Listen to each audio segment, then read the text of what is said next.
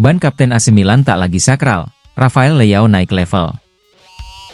Berita terbaru tentang AC Milan kali ini, kita akan bahas sesuatu yang cukup kontroversial, yaitu soal ban kapten AC Milan yang kini dianggap sudah tak lagi sakral. Bagaimana sejarahnya, dan apakah ada peluang Rafael Leao naik level menjadi ikon masa depan Milan? Sejarah ban kapten AC Milan yang sakral. AC Milan dikenal memiliki sejarah panjang dan tradisi kuat soal ban kapten. Dari tahun 1982 hingga 2013, hanya ada 3 kapten utama yang benar-benar menjadi simbol klub, yaitu Franco Baresi, Paolo Maldini, dan Massimo Ambrosini. Mereka adalah pemain-pemain yang tak tergantikan di tim utama, sosok yang menjadi panutan, dan pemimpin sejati di lapangan. Baresi dan Maldini, khususnya, adalah legenda yang hingga kini tak terlupakan. Perubahan tradisi setelah era Ambrosini. Namun, semua berubah setelah Massimo Ambrosini pensiun. Sejak saat itu, AC Milan mulai mengalami pergantian kapten yang cukup sering. Dari Riccardo Montolivo yang menjadi kapten dari 2013 hingga 2017, namun sayangnya, karirnya di AC Milan diwarnai cedera yang berkepanjangan. Montolivo bahkan dikeluarkan dari skuad oleh pelatih Gennaro Gattuso menjelang akhir karirnya di Milan. Lalu, ada keputusan mengejutkan saat Leonardo Bonucci, yang baru bergabung dari Juventus, langsung diberikan ban kapten. Sayangnya, Bonucci hanya bertahan 1 musim dan kembali ke Juventus, membuat keputusan tersebut kini tampak kurang bijak. Romagnoli dan munculnya konsistensi. Setelah Bonucci, Alessio Romagnoli dipercaya sebagai kapten. Romagnoli cukup lama memimpin tim dan tampil sebanyak 247 kali untuk AC Milan. Meski demikian, masa jabatannya sebagai kapten juga tidak mulus. Musim terakhirnya diwarnai cedera, hingga akhirnya ia dilepas dengan status bebas transfer setelah digantikan oleh Pierre Kalulu dalam urutan pemain inti. Situasi terkini dengan Davide Calabria. Kini, Davide Calabria menjadi kapten AC Milan. Meski Calabria adalah pemain jebolan Akademi Milan dan punya komitmen besar, ia menghadapi tantangan karena cedera yang sering dialaminya. Musim ini, Emerson Royal bahkan lebih banyak tampil sebagai pilihan utama, sementara kontrak Calabria akan habis pada tahun 2025. Banyak yang memprediksi bahwa Calabria mungkin juga akan meninggalkan Milan tanpa biaya transfer. Ban kapten tak lagi sakral. Menurut laporan dari Gazzetta dello Sport, Paulo Fonseca, pelatih Milan saat ini, cenderung lebih fleksibel dalam memberikan ban kapten kepada pemain. Artinya, tradisi ketat soal siapa yang layak menyandang ban kapten mungkin tidak lagi menjadi prioritas. Situasi ini membuat banyak penggemar merasa bahwa ban kapten Milan sudah tak lagi sakral seperti dulu. Apakah Rafael Leao bisa naik level jadi kapten masa depan? Menariknya, Rafael Leao digadang-gadang sebagai pemain masa depan yang bisa naik level.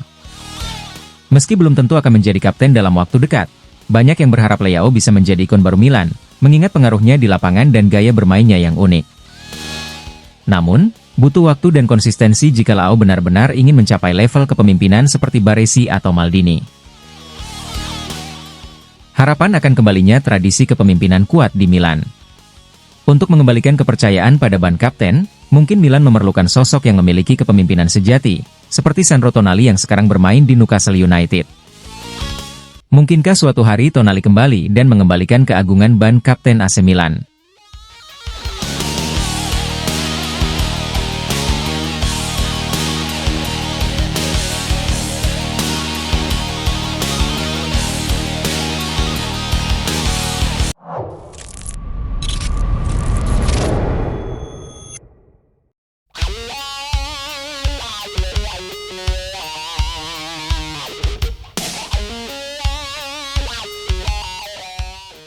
Berita selanjutnya, kita punya berita menarik soal kemungkinan kembalinya Brahim Diaz ke San Siro. Menurut laporan dari Sempre Milan dan Gazzetta dello Sport, meskipun saat ini Brahim Diaz berada di Real Madrid, situasinya di sana tidak sepenuhnya ideal.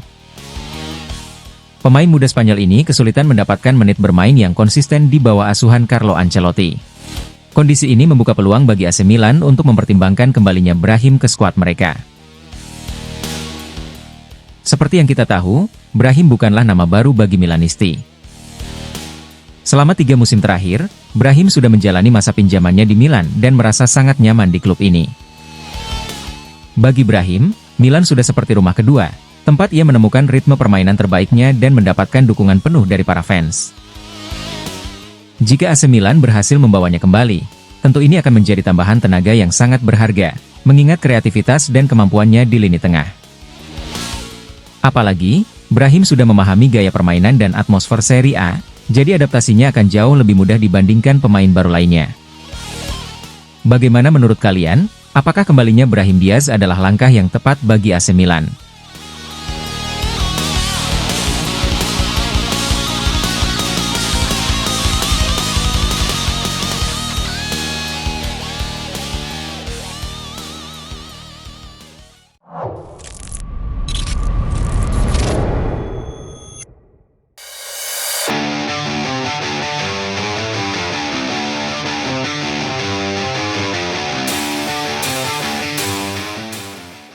Pertandingan krusial, AC Milan versus Juventus, peluang terakhir untuk Scudetto. Selamat datang kembali di Pojok Rossoneri. Kali ini kita akan membahas pernyataan jurnalis sepak bola, Alessandro Vocalelli, yang mengatakan bahwa laga AC Milan melawan Juventus akan menjadi salah satu kesempatan terakhir bagi Milan untuk kembali ke jalur perburuan Scudetto. Jadi, apa saja faktor penentunya? Pernyataan Vocalelli tentang peluang Scudetto. Vocalelli, seorang jurnalis kenamaan sepak bola, baru saja menyampaikan pandangannya di Milan News. Menurutnya, pertandingan AC Milan melawan Juventus adalah salah satu kesempatan terakhir bagi Rossoneri untuk kembali ke jalur perburuan gelar juara atau Scudetto. Setelah mengalami beberapa hasil kurang memuaskan, posisi Milan saat ini memang berada di ujung tanduk jika ingin bersaing ketat dengan rival-rival mereka. Kondisi klasemen dan poin krusial. Di klasemen, Milan memang masih terpaut jarak poin yang cukup dengan para pemuncak klasemen. Artinya, kemenangan melawan Juventus akan memberikan dorongan moral dan juga poin penting. Tapi jika kalah atau imbang, maka jarak dengan tim-tim di papan atas bisa semakin lebar, yang tentu memperkecil peluang untuk kembali bersaing memperebutkan Scudetto. Analisis performa tim di musim ini. Salah satu faktor yang membuat Milan tertinggal adalah inkonsistensi performa. Dalam beberapa pertandingan, kita melihat bahwa AC Milan seringkali kehilangan poin di laga yang sebenarnya bisa dimenangkan. Apakah ini karena strategi atau mungkin kekuatan mental tim yang belum stabil? Perlu diingat, Juventus juga merupakan tim yang punya pengalaman dan mentalitas juara, jadi laga ini akan menjadi ujian besar bagi Milan. Peran pemain kunci dan strategi Paulo Fonseca. Laga ini juga akan menjadi panggung bagi para pemain kunci Milan seperti Rafael Leao, Theo Hernandez, Ruben Loftus-Cheek, dan Samuel Chukwueze. Di sisi lain, pelatih Paulo Fonseca tentu harus meracik strategi yang tepat agar bisa memanfaatkan setiap peluang di lapangan. Juventus adalah tim yang solid dalam bertahan, jadi Milan harus kreatif dan efektif dalam memaksimalkan peluang. Tentu saja, harapan Milanisti sangat besar di laga ini. Apakah Milan mampu meraih poin penuh dan kembali ke jalur Scudetto? Dengan dukungan penuh dari para fans, diharapkan para pemain dapat tampil maksimal dan mengatasi tekanan di pertandingan sebesar ini.